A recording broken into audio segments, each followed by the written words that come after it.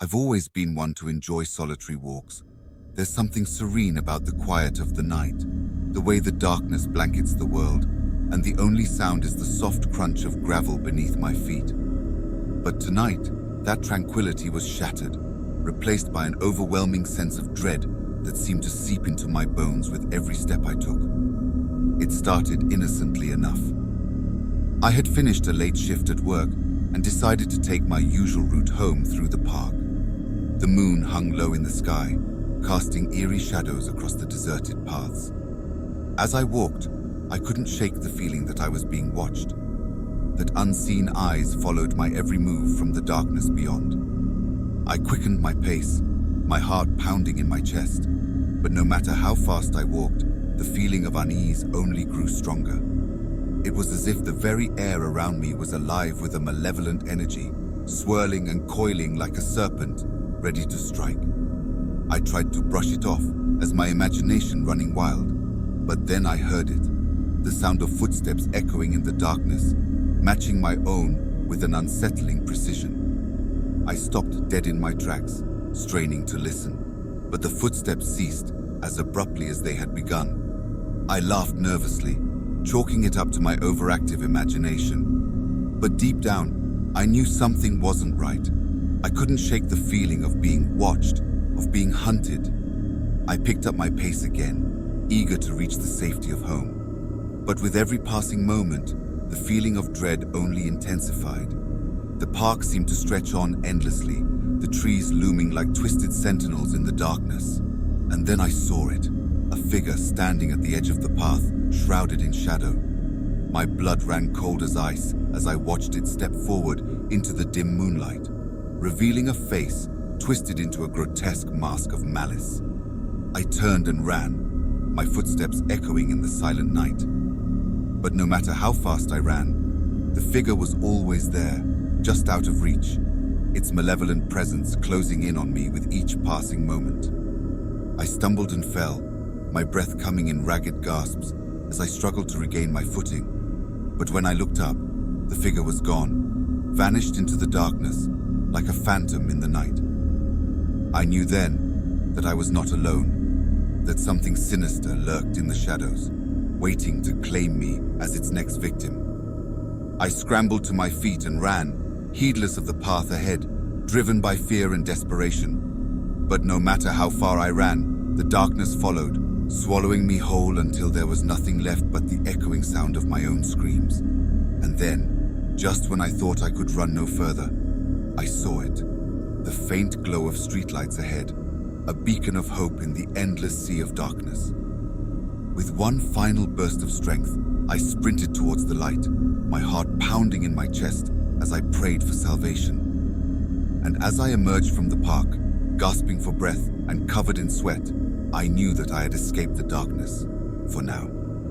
But as I looked back at the park, bathed in the soft glow of the moonlight, I couldn't shake the feeling that something was still out there, watching and waiting for its next victim to stray too close to the edge of the abyss.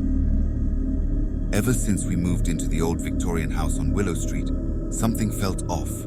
The air seemed thicker, as if it carried whispers of secrets long buried within the walls. My wife, Emily, tried to reassure me that it was just the quirks of an old house, but I couldn't shake the feeling of unease that settled in the pit of my stomach like a lead weight. The first night in our new home was the worst. I tossed and turned in bed, unable to shake the feeling of being watched. And then, just as I was drifting off to sleep, I heard it, a soft whispering, like the rustle of leaves on a windy night. I sat up in bed, my heart pounding in my chest as I strained to listen. The whispering grew louder, filling the room with a cacophony of voices, speaking in hushed tones. I turned to wake Emily, but she slept soundly beside me, oblivious to the strange phenomenon unfolding around us. I tried to brush it off as my imagination playing tricks on me, but the whispers persisted, growing louder and more insistent with each passing moment. I felt a cold chill run down my spine as I realized that the voices were coming from within the walls themselves, as if the very house was alive with a sinister energy of its own. I stumbled out of bed, determined to investigate the source of the whispers. The hallway was bathed in darkness, the only light coming from the faint glow of the moon filtering in through the windows. I hesitated for a moment, my hand resting on the doorknob, before steeling myself and pushing the door open. The whispers grew louder as I stepped into the hallway, swirling around me like a malevolent mist. I followed the sound, my heart pounding in my chest with each step I took. It led me to the attic, a place I had yet to explore since moving in. I climbed the creaking stairs, the whispers growing louder with each step until they filled my ears like a deafening roar. I reached the top and pushed open the attic door, revealing a dimly lit room bathed in an eerie blue glow. And there, in the center of the room, stood a figure cloaked in shadow. Its eyes gleamed with a malevolent light as it beckoned to me with a skeletal hand. I wanted to run, to flee from this house of whispers and never look back. But something held me in place, rooted to the spot, as if I were trapped in a nightmare from which there was no escape. The figure spoke then, its voice a low, guttural growl that sent shivers down my spine. It spoke of dark secrets hidden within the walls of the house, of a presence that had long lurked in the shadows, waiting for unsuspecting souls to wander too close. I tried to block out its words, to convince myself that it was just a hallucination brought on by lack of sleep. But deep down, I knew the truth. The house was alive with a malevolent energy, and it hungered for more than just our presence. I stumbled backwards, my mind reeling with fear and confusion. But before I could flee, the figure lunged forward, its hand closing around my throat with an iron grip. I struggled against its grasp, my vision swimming as darkness closed in around me. And then, just as suddenly as it had appeared, the figure vanished, leaving me alone in the darkness of the attic. I stumbled back down the stairs, my heart pounding in my chest as I raced to wake Emily and flee from this cursed house. But as I reached the bottom, I realized that she was already awake, standing in the hallway with a look of terror etched on her face. And then I heard it, the whispers, louder than ever before, filling the house with a cacophony of voices that seemed to echo in my very soul. We fled then, leaving behind the house of whispers and the dark secrets that lurked within its walls. But no matter where we went, the whispers followed, a constant reminder of the horrors we had left behind. And as I sit here now, in our new home, far away from Willow Street, I can't shake the feeling that the whispers are still out there, waiting for their next victim to stumble too close to the edge of the abyss. It was a night like any other, the kind where the darkness seemed to swallow the world whole. The rain pounded against the windshield as I drove down the desolate country road, the only sound the rhythmic thump of the wipers against the glass. But then, emerging from the darkness like a specter, was a lone cabin nestled in the heart of the woods. At first glance, it seemed like any other cabin, a quaint wooden structure with a flickering light in the window and smoke curling from the chimney. But as I drew closer, a sense of unease settled in the pit of my stomach like a stone. There was something off about this place, something sinister, lurking just beneath the surface. I hesitated for a moment, my hand hovering over the steering wheel, before finally giving in to curiosity and pulling into the gravel driveway. The rain had turned the ground to mud, and my tires spun uselessly as I struggled to find purchase on the slick surface. Finally, with a jolt, the car lurched forward and came to a stop in front of the cabin. I sat there for a moment, listening to the pounding rain and the howl of the wind as it whipped through the trees. I stepped out of the car and made my way to the cabin door, my heart pounding in my chest with each step I took. The wood was rough beneath my fingertips as I reached out and rapped sharply on the door. For a moment there was no response, just the sound of my own ragged breaths echoing in the darkness. And then, just as I was about to turn and leave, the door creaked open, revealing a dimly lit interior bathed in an eerie orange glow.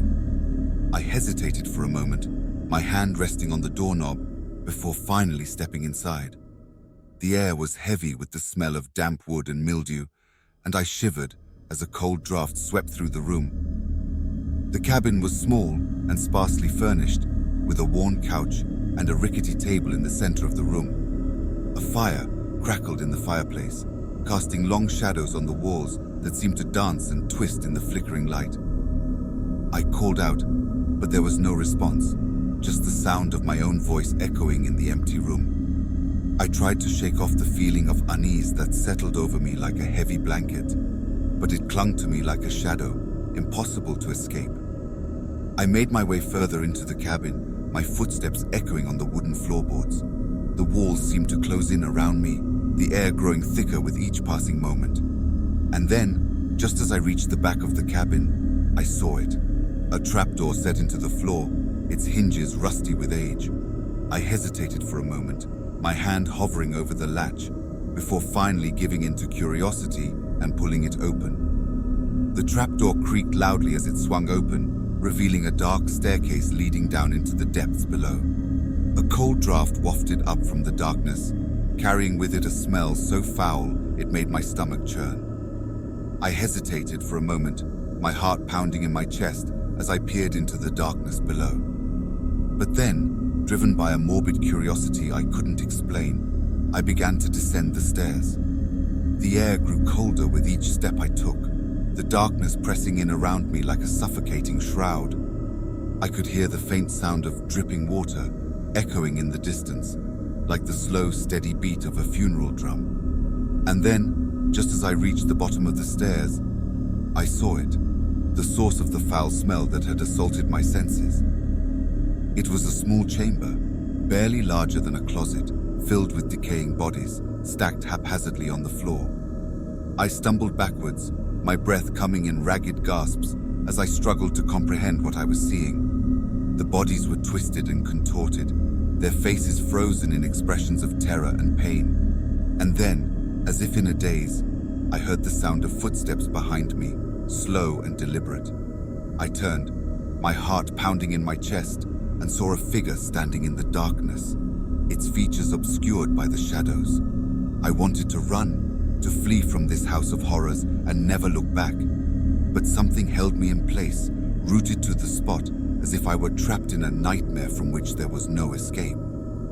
The figure spoke then, its voice a low, guttural growl that sent shivers down my spine. It spoke of dark rituals and ancient curses, of a presence that had long haunted the woods and claimed the souls of all who dared to venture too close. I tried to block out its words, to convince myself that it was just a hallucination brought on by fear and exhaustion. But deep down, I knew the truth. This cabin was not what it seemed, and the horrors that lurked within its walls were all too real. And as I sit here now, in the darkness of the cabin, I can't shake the feeling that something is still out there, waiting for its next victim to stumble too close to the edge of the abyss.